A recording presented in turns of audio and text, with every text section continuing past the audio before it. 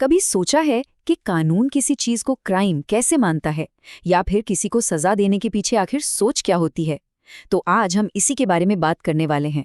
जो नई भारतीय न्याय संहिता है यानी बीएनएस, उसके 6 सबसे जरूरी हिस्सों को हम फटाफट समझने की कोशिश करेंगे। तो चलिए शुरू करते हैं। तो हमारा रोड मैप क्या है? सबसे पहले हम जानेंगे कि आखिर ये अपराध है क्या भला। फिर देखेंगे कि इसकी सजा और बचाव क्या क्या है। इसके बाद हम समझेंगे कि कानून जो वल्नरेबल लोग हैं, देश है और समाज है, उसकी रक्षा कैसे करता है। और हाँ, आखिर में हम प्रॉपर्टी से जुड़े अपराधों पर भी एक नज़र डालेंगे। तो सबसे पहला सवाल, कोई भी काम आखिर अपराध बन कैसे जाता है? देखिए, ये सिर्फ कुछ गलत कर देने से कई ज्यादा है। बीएनएस के हिसाब से कानून की नज़र में किसी को दोषी ठहराने के लिए कुछ बहुत ही खास चीजों का होना जरूरी है। अच्छा, इसे ऐसे समझते हैं। मान लीजिए कहीं चोरी होती है, तो ये सिर्फ उस एक इंसान के खिलाफ अपराध नहीं है जिसका सामान गया। नहीं, ये पूरे समाज के नियमों के खिलाफ एक काम है। और इसीलिए आपने खबरों में सुना होगा स्टेट वर्सेस अक्यूज्ड, क्योंकि यहाँ पूरा समाज है जिसकी तरफ से सरकार न्याय की मांग करती है। अब आता है क्रिमिनल लॉ का गोल्डन रूल।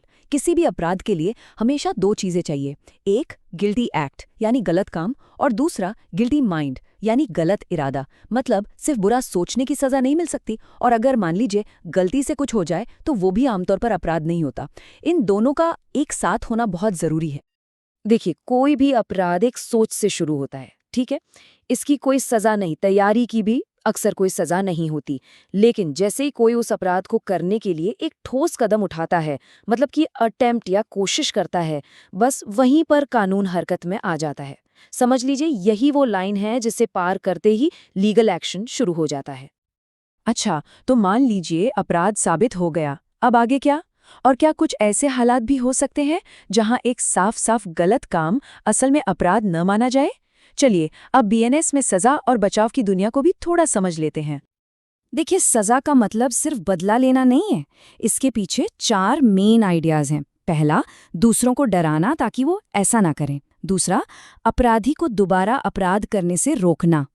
तीसरा, इंसाफ का तराजू बराबर करना। और चौथा, जो बहुत जरूरी है, अपराधी को सुधारना। और आपको बता दूं, बीएनएस में इस आखिरी सोच मतलब सुधार पर काफी जोर दिया गया है। बीएनएस में सजा के कई तरीके हैं, मौत की सजा से लेकर जुर्माने तक। लेकिन यहाँ एक बहुत ही जरूरी नई चीज जोड़ी गई है, कम्युनिटी सर्विस यानी सामुदायिक सेवा। और ये सच में एक बड़ा बदलाव है। ये दिखाता है कि छोटे मोटे अपराधों के लिए सीधे जेल भेजने के बजाय समाज सेवा को एक बेहतर ऑप्शन माना जा रहा है।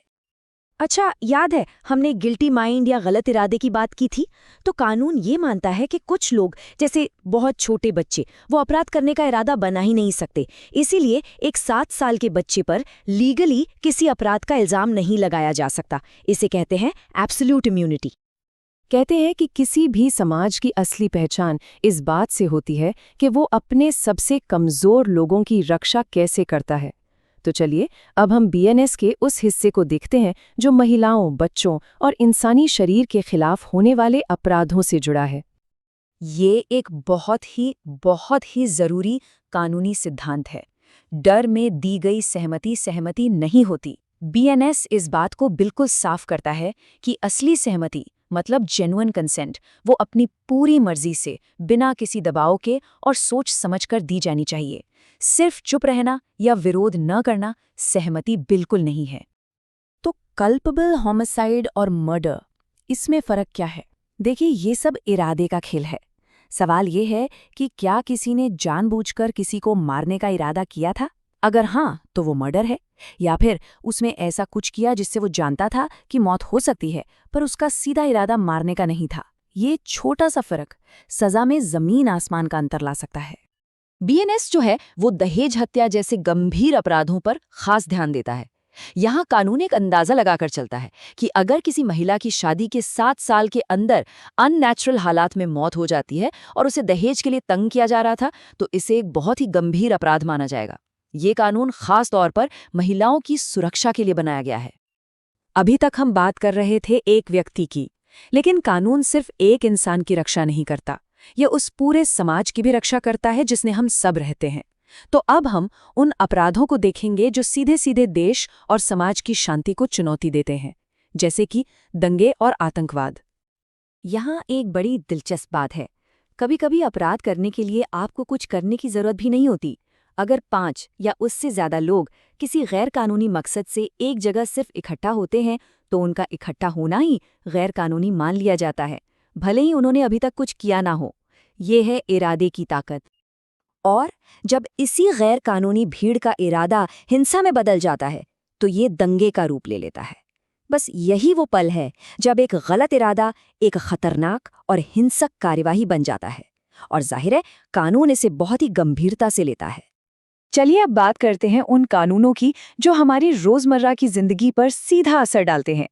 ये वो नियम हैं जो हमारे समाज को सेफ, हेल्दी और शांतिपूर्ण बनाए रखने के लिए जरूरी हैं। बीएनएस 2 तरह के कामों में एक बहुत जरूरी फर्क करता है।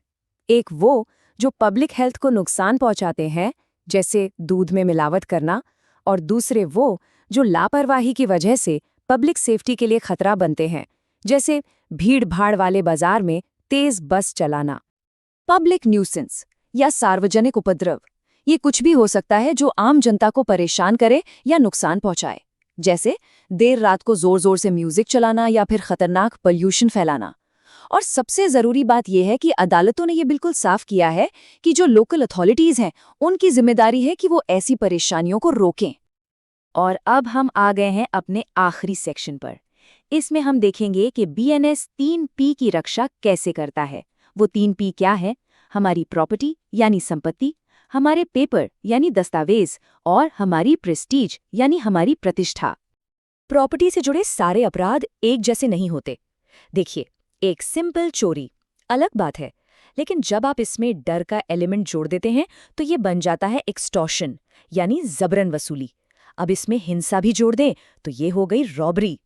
और अगर यही काम 5 या उससे ज्यादा लोगों का गैंग करे तो ये डकैती कहलाता है। देख रहे हैं, हर अगला कदम अपराध को और ज्यादा सीरियस बना देता है। और आखिर में बीएनएस हमारी प्रतिष्ठा की भी रक्षा करता है। कानून यहाँ 2 तरह की मानहानि में फर्क करता है। एक है लाइबल, जो लिखित में हो, जैसे कोई सोशल मीडिया पोस्ट, और दूसरा है स्लैंडर, जो बोला गया हो, जैसे कोई भाषण। भले ही एक परमानेंट हो और दूसरा हवा में गायब हो जाए, दोनों ही किसी की इज्जत को बहुत गंभीर नुकसान पहुंचा सकते हैं। तो चलिए एक क्विक रिकैप करते हैं कि आज हमने क्या क्या सीखा। पहली बात, अपराध के लिए एक गलत काम और गलत इरादा दोनों चाहिए। दूसरी बात, सजा का मकसद सिर्फ सजा देना नहीं, सुधारना भी है। कानून कमजोरों को खास प्रोटेक्शन देता है, समाज को सुरक्षित रखता है और हमारी प्रॉपर्टी और प्रतिष्ठा की भी रक्षा करता है। यही मोटे तौर पर बीएनएस के मूल स्तंभ हैं। लेकिन जैसे जैसे हम एआई और डीप फेक के दौर में आगे बढ़ रहे हैं, एक बहुत बड़ा सवाल उठता है। क्या हमारे मौजूदा कानून आने वाले कल की इन चुनौतियों का सामना करने के लिए तैयार हैं? इस बारे में आप क्या सोचते हैं? अपने विचार हमें नीचे कमेंट्स में जरूर बताइएगा।